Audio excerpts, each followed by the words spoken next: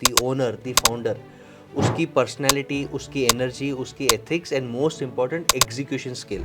Ideas charge जी दुनिया में सबके पास होता है, लेकिन एग्जीक्यूट करना, ग्राउंड पे रह के मेहनत करके टीम वर्क में कराना बहुत डिफिकल्ट है। आपके आइडियाज़ कितने भी अच्छे हो, आप कितने भी अच्छे हो, लेकिन अगर आप रॉन्ग मार्केट रॉन्ग टाइम पे घुसे तो आप डिस्टर्ब हो जाएंगे। पार्ले जी के सामने आपको ओरियो बनना पड़ेगा या कुछ सस्ता डालना पड़ेगा, दूसरा पार्ले जी बन के आप कॉम्पीट नहीं कर पाएंगे।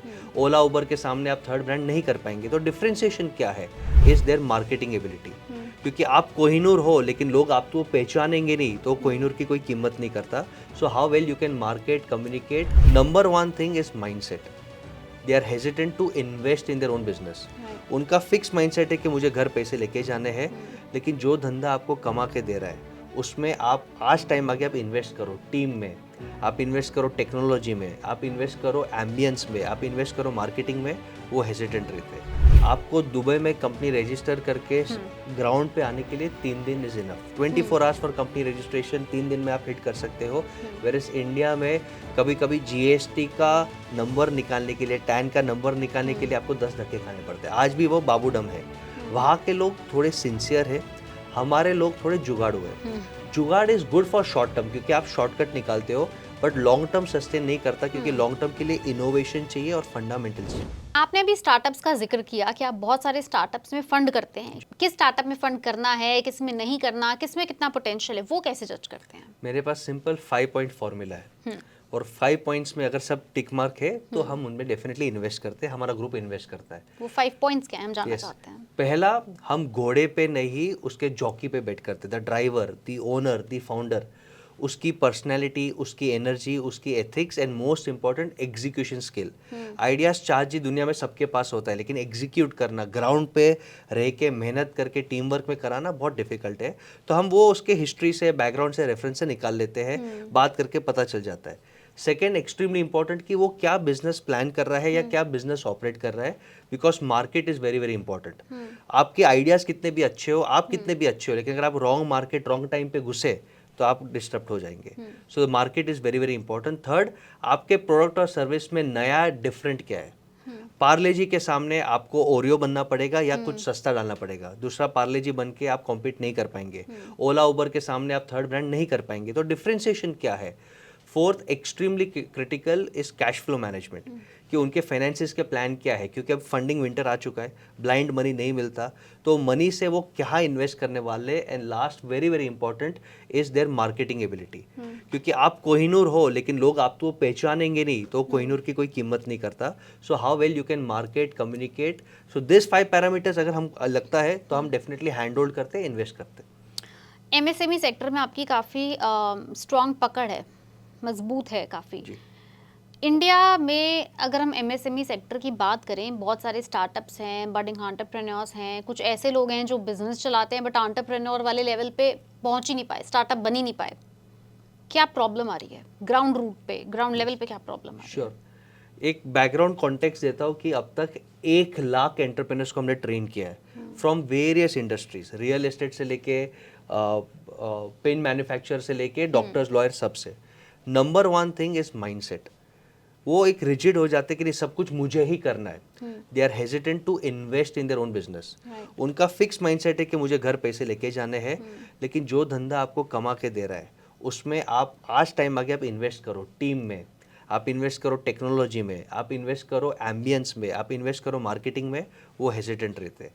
सेकेंड, वो लोग अपनी पर्सनल लाइफस्टाइल एंजॉय करते हैं बट अपने आप को अपग्रेड नहीं करते। एंड थर्ड, बेचारा एमएसएमई का सबसे बड़ा प्रॉब्लम है कि वो सेल्फ एम्प्लॉयड एंटरप्रेनर रहता है, वो रामू काका बन जाता है। He does everything himself.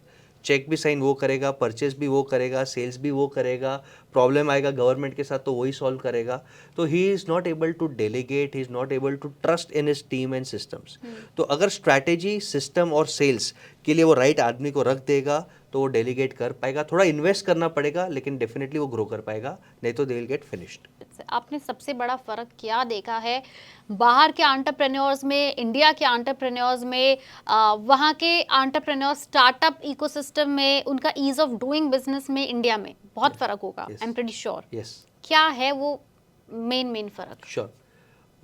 Short में पहला is the political and the government support system, जो आज मोदी गवर्नमेंट में काफ़ी चेंजेस आ रहे हैं. It is getting ease, but still आपको दुबई में कंपनी रजिस्टर करके ग्राउंड पे आने के लिए 3 दिन is enough. 24 hours for company registration, 3 दिन में आप हिट कर सकते हो.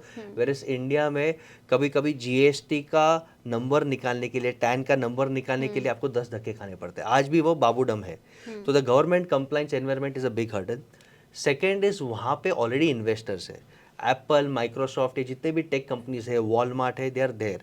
तो वहाँ पे फंड ज़्यादा है, वहाँ पे बिजनेस भी ज़्यादा है, क्योंकि उनकी जीडीपी हमारे से बहुत ज़्यादा है. So the fund money power is much much more there. And third is the mindset.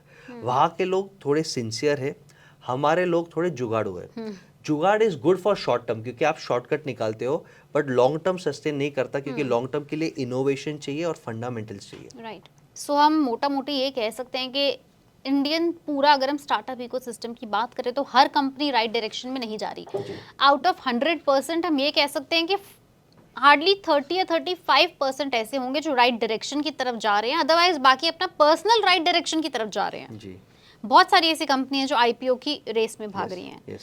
पीछे सारी की सारी बैलेंस शीट सब गड़बड़ है. yes. आपको एक छोटा सा एग्जांपल देता हूँ. Companies passing the parcel game खेल रहे थे.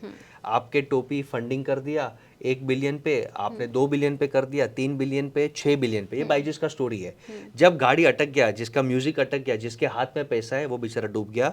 दे वर ऑल प्लानिंग आईपीओस, जैसे नाइका ने किया, पेटीएम ने किया, जोमेटो ने किया. अब गाड़ी रुक चुका है. बट रियल आइडियाज, अब कंपनी सीरियस हो रहे हैं. काफ़ी लोग कंसोलिडेट कर रहे हैं. मार्केटिंग फालतू नहीं करना है, हायर नहीं करना है, प्रॉफिटेबिलिटी, यूनिट इकोनॉमिक्स पे काम करना है. बाकी मुझे लगता है ये स्टार्टअप में बूम वापस आएगा 3 साल के बाद. I think 2026 is my prediction, where startups will get a lot of crazy boom.